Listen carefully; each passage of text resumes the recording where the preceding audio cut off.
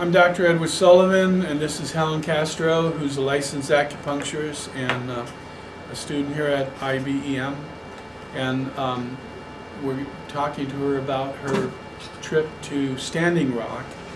And so, when did you go, Helen, to Standing Rock? A couple weekends ago. A couple weekends ago? And 17th. And who did you go with? My husband, my grandchildren, and my daughter. Okay. Husband, grandchildren, well, that's quite a lot. And you went and you had tents?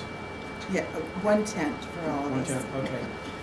And so, nobody tried to prevent you from getting into Standing Rock?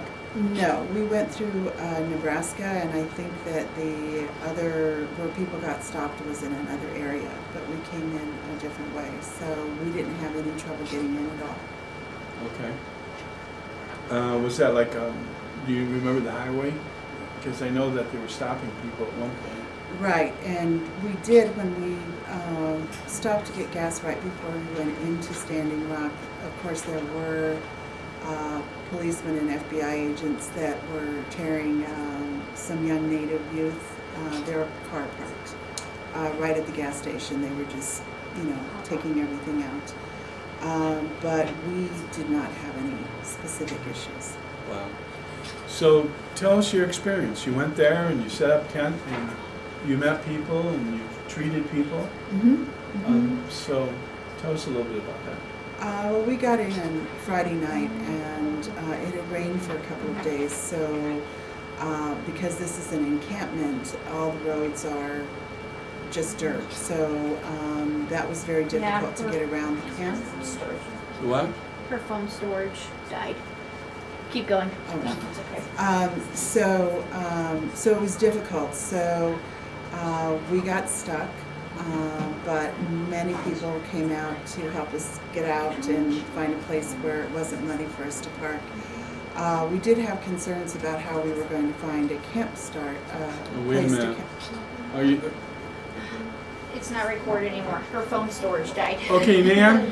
She has no more phone storage. But if somebody has Your good phone storage, phone storage and my died. phone storage isn't very big, Oh, yeah, but just, I have. do you have good phone storage? Yeah, but we can't have. She does. She does. She'll record it. And Yeah, then but that's, we've But already got it halfway through. recording there. it's not recording I know, but anymore. Yeah, that's half of our conversation. I We got can't you. have two halves. Unless you guys start over. Can you put storage in there somehow? Fix your phone. And no, because it's full, got to call the. All right, get my phone then, Got to or call provider. or Or Kayleen has a lot of Yeah, storage, because and then your she phone can has send it. more. and then can you Come send on. it to the? Yeah, She yeah. can post Kelly it. can post to. Okay, so come on, and I'm not sure we can hear you. Yeah, I think you. That's what I was My voice thinking is- too. I was wondering if you needed to turn I do have to be a little bit. bit. Can you guys talk just a minute so that I can make sure? Yes, absolutely. There. She has a better picture too. Can you say something to me? 1, 2, 3. Hi, goodbye. Okay, Um, And Helen, you talk and can Helen say Oh. something? Oh, sorry. I'm Helen Castro. Okay, Can you hear me? now, let me see, let me make Sorry, sure I didn't it's, realize you were out of storage. Yeah, My Oh, phone's the same storage. way, mine's out of storage too, so I can't. because I pay Facebook a lot. So. can you guys talk just a minute so that I can make sure? yes, absolutely. There. She has a better picture. Can you say something to me? 1, 2, 3. Hi, goodbye. Okay? Okay, Hmm. can Helen say something? I'm Helen Castro. Okay, A little bit low. so, All right, so go ahead. Okay. Can we'll start again. just, Sorry, guys. Ready? Okay, so I'm Dr. Edward Sullivan. This is Helen Castro. She's an acupuncturist and also a student at our school and at IBEM here in Centennial. And she's gone to Standing Rock, and we're asking her to share her experiences having gone to Standing Rock. And so you came from Colorado with your My husband, Husband? my daughter, and my 3 grandchildren. Okay. And you went through Nebraska, you said, to get there, and you weren't Right. stopped by anybody? No, no stopping. The only issue that we had is when we stopped at the gas station about 10 minutes outside of Standing Rock, was the local police and the FBI were tearing apart some young native's car, and just I don't know, harassing them or making sure that they weren't carrying something they weren't supposed to. Amazing. So you got to Standing Rock. About how many people would you estimate were there? I can't really say. The camp went on and on as far as area. There were also, as far as I know, two different camps, Sacred Stone, Red Warrior Camp, and I heard about that there were a total of 5 camps. But I don't know what the name of the other camps were. Wow. So it's quite extensive. But you were only in the Standing Rock camp? Right. We stayed in And- Standing Rock. And you set up a tent? Yes. And you stayed there, and you also treated individuals that were there. Right. I was allowed to be in the ambulance tent where they did Western, first aid kinds of things. And I was able to do a community-style acupuncture, and I treated about 35 to 40 people. Most of them were native, and most had never had acupuncture before. So that was quite exciting for me. And so what was their experience? I kind of feel that in a lot of them, there were those miracle kinds of treatments, that a migraine that usually took IV medication to go away went away. And I treated mostly back pain, neck pain, headaches. That's really all I could do in that kind of environment. When you got there, did you talk to anybody about, here I am from Colorado and I want to help and I'm an acupuncturist? How did you do that? My sister had gone up the week before, and she kind of laid the groundwork for me, and I introduced myself to someone that was one of the drummers and who also worked with the sweat lodges.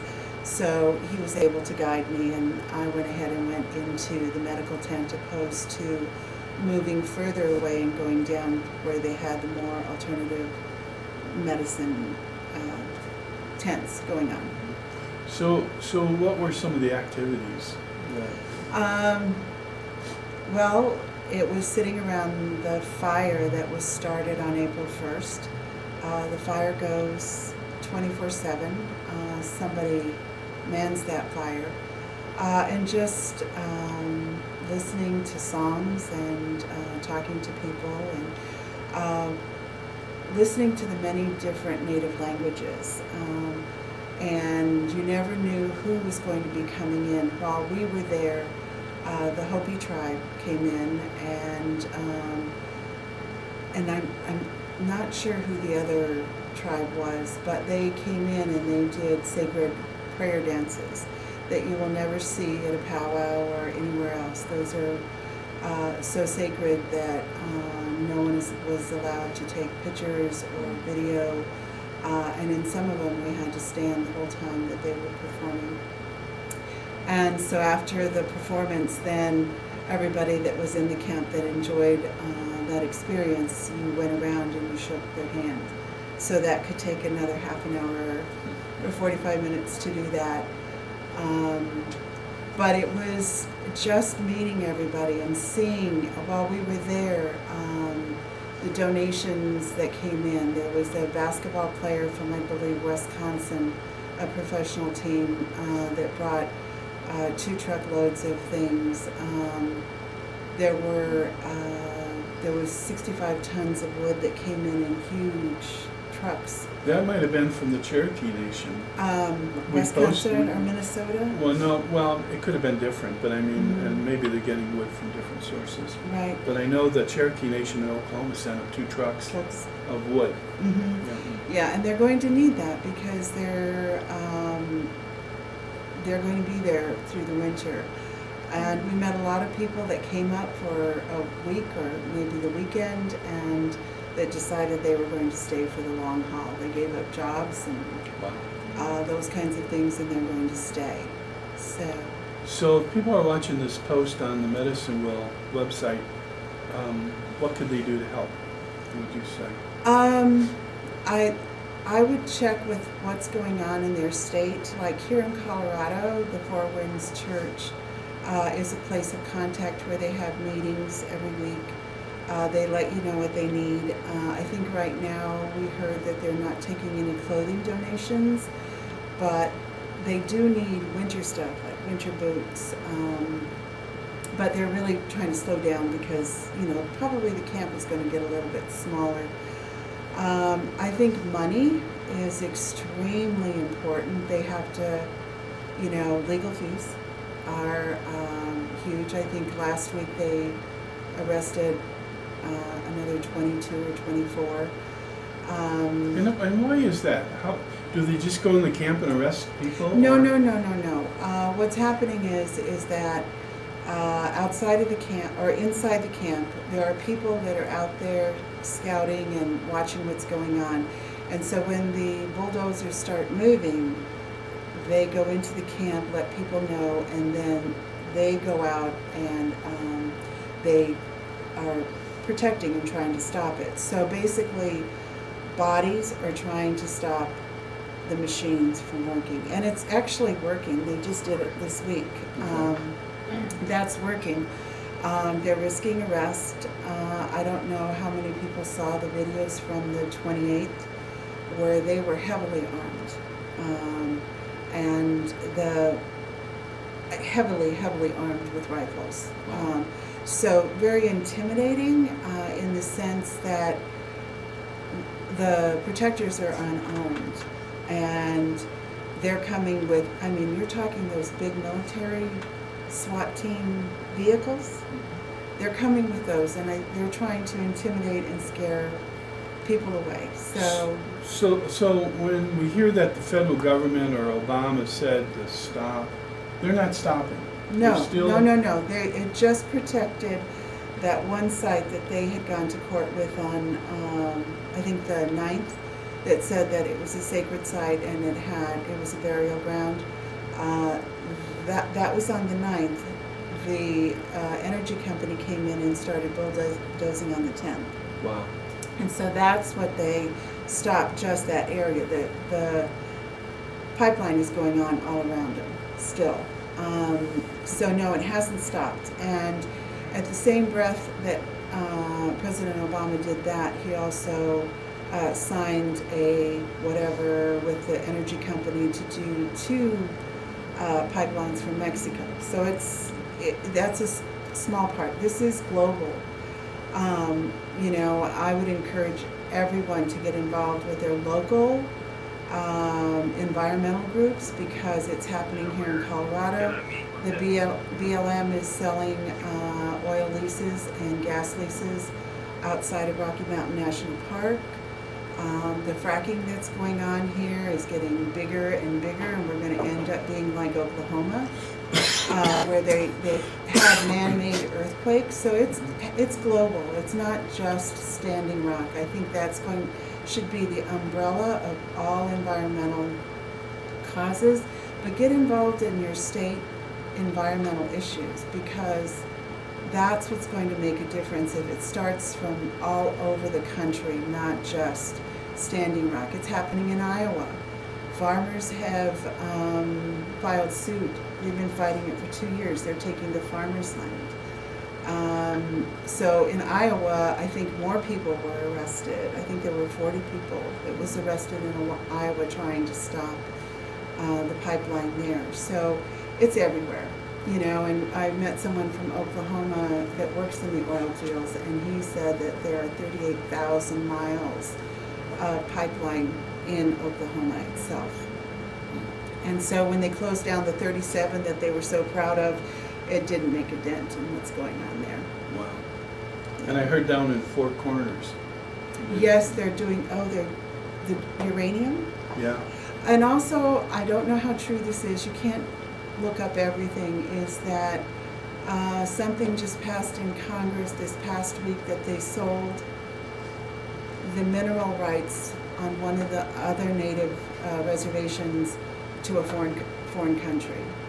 So, but I think that we've always known that what the government has said is that the natives own like 6 inches and they own everything else. So they do whatever they want to. Which means that in foundations of homes, they own the foundations because it goes below 6 inches. And my sister who lives in Greeley, they are going to build one of those wells, and it's going to come within, 100 feet of her house. Oh, wow. So I mean, it's going to happen to all of us. Sure. This isn't a native issue. This is a global issue, an environmental issue.